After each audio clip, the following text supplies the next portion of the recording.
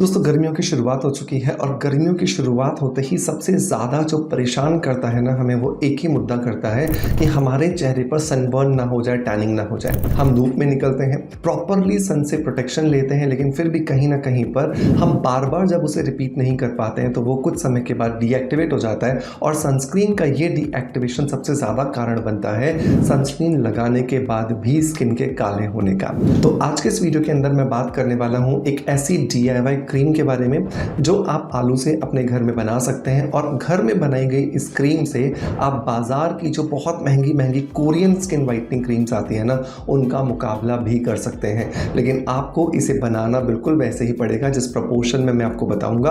और उससे भी इम्पॉर्टेंट बात यह है कि आपको इसके अंदर जो मैं इंग्रेडिएंट्स बता रहा हूँ ना, उसे अपने हिसाब से एडजस्ट नहीं करना, जैसे मैं बता रहा हूँ वैसे ही फॉलो करना है, क्योंकि ये एक ट्राइड एंड टेस्टेड फॉर्मुलेशन है जिसको कि मैंने बहुत सारे लोगों पे ट्राई किया और जब रिजल्ट्स अच्छे मिले तो मैं आपको ये बता रहा हूँ। सो देर नहीं करते हैं दोस्तों, चलिए शुरू करते हैं आज के वीडियो को।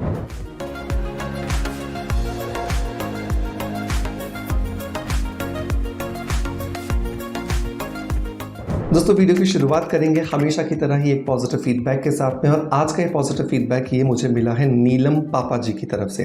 हेलो सर, आपका स्किन अफेयर शैम्पू सच में अच्छा है। मैं इसको 3 महीने से यूज़ कर रही हूँ, मुझे अब हेयर फॉल बहुत कम हो गया है। Thank you so much sir. Thank you so much Neelam ji आपके पॉजिटिव फीडबैक के लिए कि आपने मेरे कहने पर हेयर रिचुअल शैम्पू को इस्तेमाल करना शुरू किया और 3 महीने में ही आपका हेयर फॉल काफ़ी हद तक ख़त्म हो गया है। दोस्तों यहाँ पर नीलम जी बात कर रही हैं स्किन अफेयर के इस हेयर रिचुअल शैम्पू के बारे में। स्किन अफेयर्स का जो हेयर रिचुअल शैम्पू है, ये मेरा खुद का फॉर्मुलेटेड प्रोडक्ट है जो कि मैंने बहुत मेहनत के बाद में बहुत सारे इंग्रेडिएंट्स को ट्राई एंड टेस्ट करने के बाद में बनाया है। और ये इतना ज़्यादा सेफ है कि आप 2 दिन के बच्चे पर भी इसको इस्तेमाल बहुत ईजिली करवा सकते हैं। अगर आपके बालों में चाहे झड़ने की प्रॉब्लम हो या डैंड्रफ हो गया हो, या फिर आपके बालों में आपको खुजली का अनुभव होता हो, या फिर आपकी स्किन बहुत ज़्यादा ड्राई या ऑयली दोनों हो, उन सभी प्रॉब्लम्स के अंदर ये आपको बहुत ज़्यादा फायदा देता है। सिर्फ हफ्ते में 2 बार या 3 बार आप इसे हेड वॉश कीजिए और आप इसे जब आप कंटिन्यूसली यूज़ करोगे तो आप फील करोगे कि धीरे धीरे आपके बालों का जो टेक्सचर है वो चेंज होता जा रहा है। इसके लिए लिंक मैं आपको डिस्क्रिप्शन बॉक्स में दे दूंगा, मेक श्योर आप इसे ज़रूर ट्राई कीजिएगा। दोस्तों अब आते हैं वापस अपने DIY क्रीम की तरफ, जिसे बनाने के लिए हमें जो हीरो इंग्रेडिएंट चाहिए वो है आलू।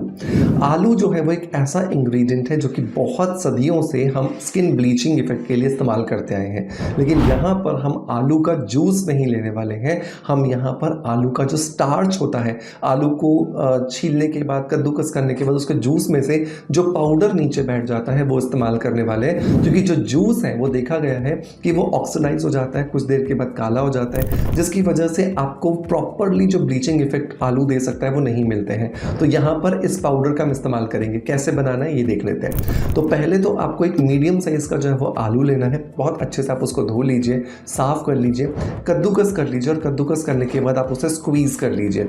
जब आप उसे स्क्वीज करेंगे तो आपके पास आलू का जूस निकल करके आ जाएगा। इस जूस को आप एक ग्लास में या एक कटोरी में कुछ देर के लिए डाल करके छोड़ दीजिए। आधे घंटे बाद लगभग जो जूस होगा ना वो ऊपर आ जाएगा और इसके अंदर जो स्टार्च होता है, जो पाउडर होता है, वो नीचे बैठ जाएगा। पानी को मतलब कि जूस को आप निथार करके अलग कर दीजिए और जो पाउडर बचा है अब ये हमारे एक्चुअली इस क्रीम का बेस होने वाला है। 2 चम्मच आपको ये आलू का जो स्टार्च है या जो आलू का जो पाउडर है ये लेना है। इसके अंदर बाकी 6 इंग्रेडिएंट आपको मिक्स करने हैं, मतलब टोटल 7 हो गए। तो पहला इंग्रेडिएंट है 2 चम्मच आलू का स्टार्च।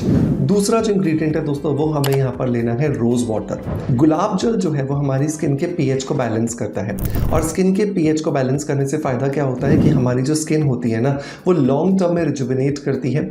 वेदर की वजह से या एटमॉस्फेयर की वजह से या पॉल्यूशन की वजह से या किसी भी तरह के एक्सटर्नल फैक्टर की वजह से जब स्किन का पीएच डिस्टर्ब हो जाता है, जो स्किन की एजिंग का कारण बनता है उसको खत्म करती है और स्किन डे बाय डे हमारी हेल्दियर और हेल्दीएस्ट होना शुरू हो जाती है। तो 5 चम्मच जो है, 4 से 5 चम्मच आप ऐसा बोल सकते हैं, यहाँ पर आप रोज वाटर इस्तेमाल करेंगे। तीसरा जो इंग्रेडिएंट दोस्तों हमें यहाँ पर लेना है वो है 1 चम्मच ग्लिसरीन। ग्लिसरीन जो है वो एक ऐसा इंग्रेडिएंट है जो कि एक्चुअली एक बहुत ज़्यादा पॉपुलर होने वाला इंग्रेडिएंट है। उसका रीज़न क्योंकि ये हमारी स्किन के अंदर एक नेचुरल ह्यूमक्टिन प्रॉपर्टी देता है। जितना ज़्यादा हमारी स्किन के अंदर नमी रहेगी उतना ज़्यादा हमारी स्किन एजलेस रहती है।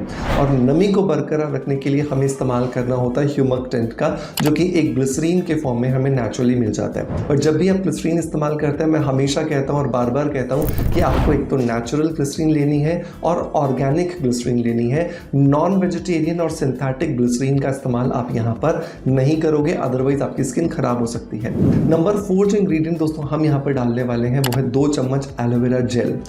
एलोवेरा जेल जो है एक नेचुरली सूदिंग और कामिंग एजेंट होता है। ये आपकी स्किन को इंटरनली रिजुविनेट करता है, आपकी स्किन के अंदर जो सेंसिटिविटी बढ़ जाती है उसको खत्म करता है, और आपकी स्किन के अंदर जो एजिंग प्रोसेस बढ़ रहा था बहुत ज़्यादा स्ट्रेस की वजह से, उसको भी खत्म करने में ये हमारी मदद करता है। तो हमें यहाँ पर ये भी 1 से 2 चम्मच ऐड करना है। तो ये तो सारे बेसिक इंग्रेडिएंट्स हैं जो हम जनरली कभी भी यूज़ करते हैं, बट और एक्स्ट्रा क्या है इसमें?